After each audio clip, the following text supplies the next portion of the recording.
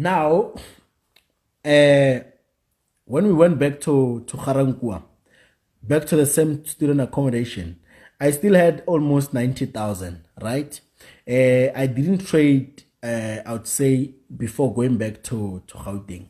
So we left like on the 5th of January, 2017, we were already back in Gauteng, whereas students were supposed to come back month end January. Rena, because we were not going in as students, we went early. So when we went early, we called the two other boys, my roommate and my other friend. So it's like there were four of us, right? There were like four of us pushing. Now, the two other boys didn't really know how much I've actually made. Come on. Boy. Just hold on. On your phone again. Sorry about that. Sorry. Yeah, so there were like four boys, right?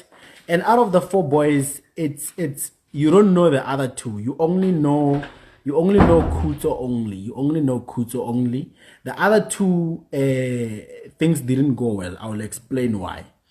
Remember what I said? I always go up with my niggas. So when we were four of us, we sat down, we're like, boys, let's do this thing. FBK was not there at that time. So January, the whole of January, we were eating takeaways. Every day, we didn't care. We were spending money, you know. The four of us, we had the same vision at that time, you know. So we were trading, we were making money. We've actually made, I think it was about 80,000 together. Somewhere there, 40, somewhere there, I don't remember very well. Somewhere there, together, right? Now, here's the thing. As people, we are different.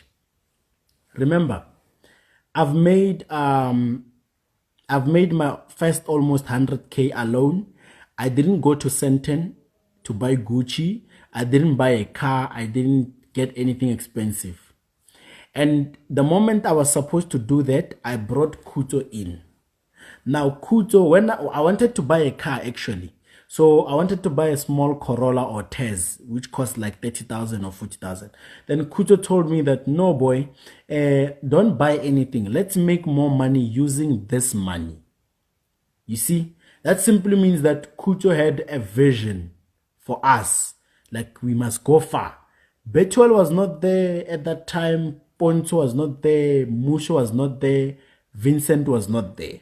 It was just me and Kuto and the other two boys that we were with. So what we were doing is that me and Kuto, we were funding the whole thing. We were depositing money in the Forex account and then we would discuss the market, all of us, you know, as people who have the same vision. Now, problems started when we make money. You see, some people are, I don't know if I would say they are allergic to seeing money. Once they see money, they start going mad. So those boys, those other two boys, once they saw money, actual 15,000, actual 20,000, they started making parties.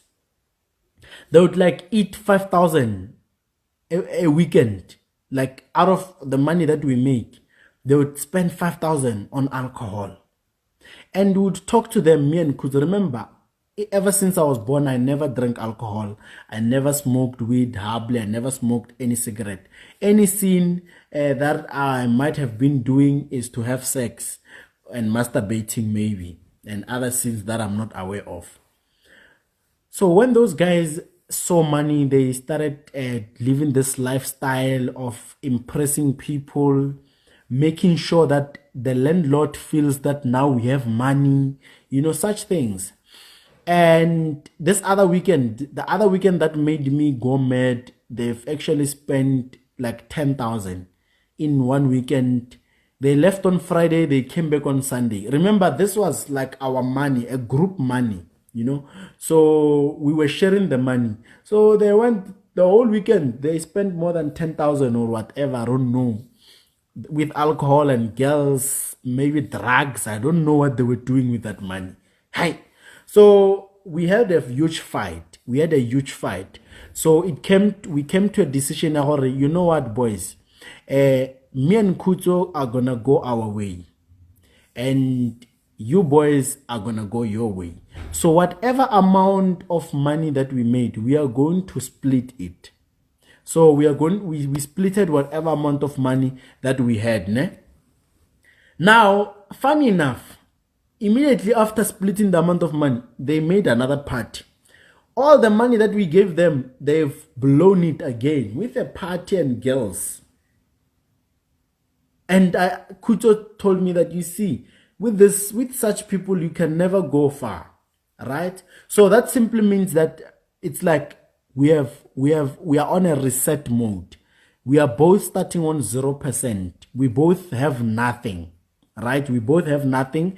We are given a chance to build. They knew how to trade at that time. We knew how to trade. So it was just a matter of us not sharing money anymore, because whenever we share money, they want to take money and spend on girls and spend on alcohol. Nalekuto, we were not drinking. You see, it was not fair to work like that. So that's why we separated, right? Now, the role that these guys played a huge role into me becoming what I am today, into FBK becoming what it is today. But at that time, there was no FBK. I want you guys to understand, there was no FBK at that time. So what happened? Around December, one of the other guys, told me that you must write a book. That's how 1 Minute Strategy was written. You must write a book based on Forex and all that, you know. That's his idea.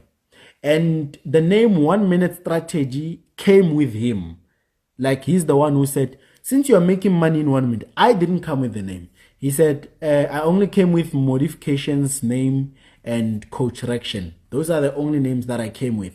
He said, since we are making money in 1 minute, let's call it 1 Minute Strategy once. So that's how 1 Minute Strategy started. That's how it was born, actually. It was because of him. And that's how the PDF, the free PDF that you are reading now, that's how it was actually compiled. They helped me a lot, you know. They helped me throughout the process of doing the book and all that. So the only problem was that when we were making money, remember that was before. When we were making money, we had different plans.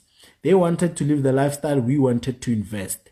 So that was the only difference. So we've decided to part ways, I mean, you know.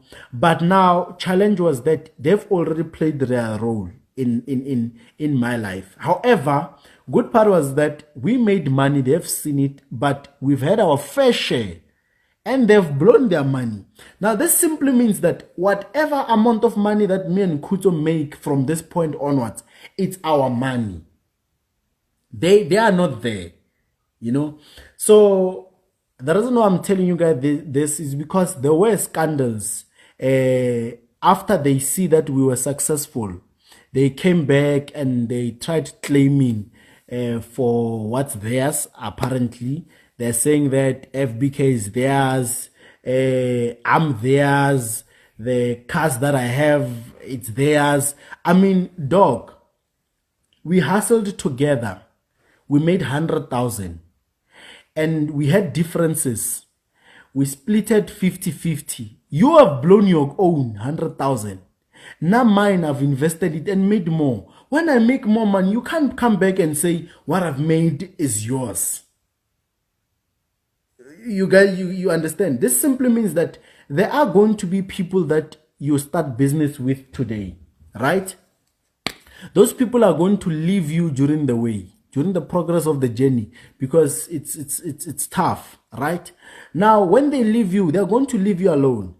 When you make money, they're going to come back and say, yeah, you started with me. Chief, if I started with you, you are not supposed to leave me in the first place.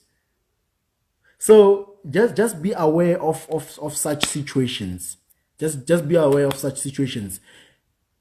There's always going to be that one person who claims that they have a leverage over your life, over your success, and that's nonsense. Because most of the things that you went through them alone. They were not there. right? Now it happened, and then me and Kuto Vele, we pushed, we traded. They were trading as well. Here's the thing. Here's the good part about it. They were trading as well. The difference, the main difference is that they were trading with like $10, $20. Me and Kuto were trading with $1,000. I get it, they didn't have money to fund their trading accounts anymore because they've blown it on girls and alcohol. So me and Kuto had enough money to fund. So we were trading the same thing. They would make $50, we would make $5,000. You know? So it's part of life. We all make choices, you know? Now, there was a time whereby around February, I made a video. Now, this is how FBK was started. This is how FBK was started, right? This is very important because I see so many Forex traders out there beefing, all that, forcing for fame and all that, speaking bad about other traders and all that, just so they could get famous, trying to promote their Forex institutions and all that. I didn't plan for FBK. FBK happened. I didn't plan for FBK. What happened was this. I made a video, just one video, right? Whereby I had about, I think it was about $60, right? I had about $60. Now in that video, the video actually went viral on social media. I've posted it on Facebook. Remember, before I was faking to be famous on Facebook somewhere around 2014, 2015. Now, after that, this time, now fame is coming for real. Now, the video went viral. It started in KZN. Now, when I'm on Facebook, I'm checking my DMs. I see so many people inboxing me. Hey, yo, bro, I saw your video. I'm like, which video? They're like, the one you posted. So people were sharing that video. In that video, it's still there. I'm going to look for it. It's still there somewhere online rotating. In that video, I was able to make $120 in just seconds. That is one thing which people have never seen before. The people that have seen the video, they've never seen anything like that. You see? So that's how it started, you know. People started inboxing me, you know, we want to learn, what are you using? You know, so that's how I got to be well known in the Forex trading industry. Then as I made videos, they were going viral because of how I traded. Now, keep in mind,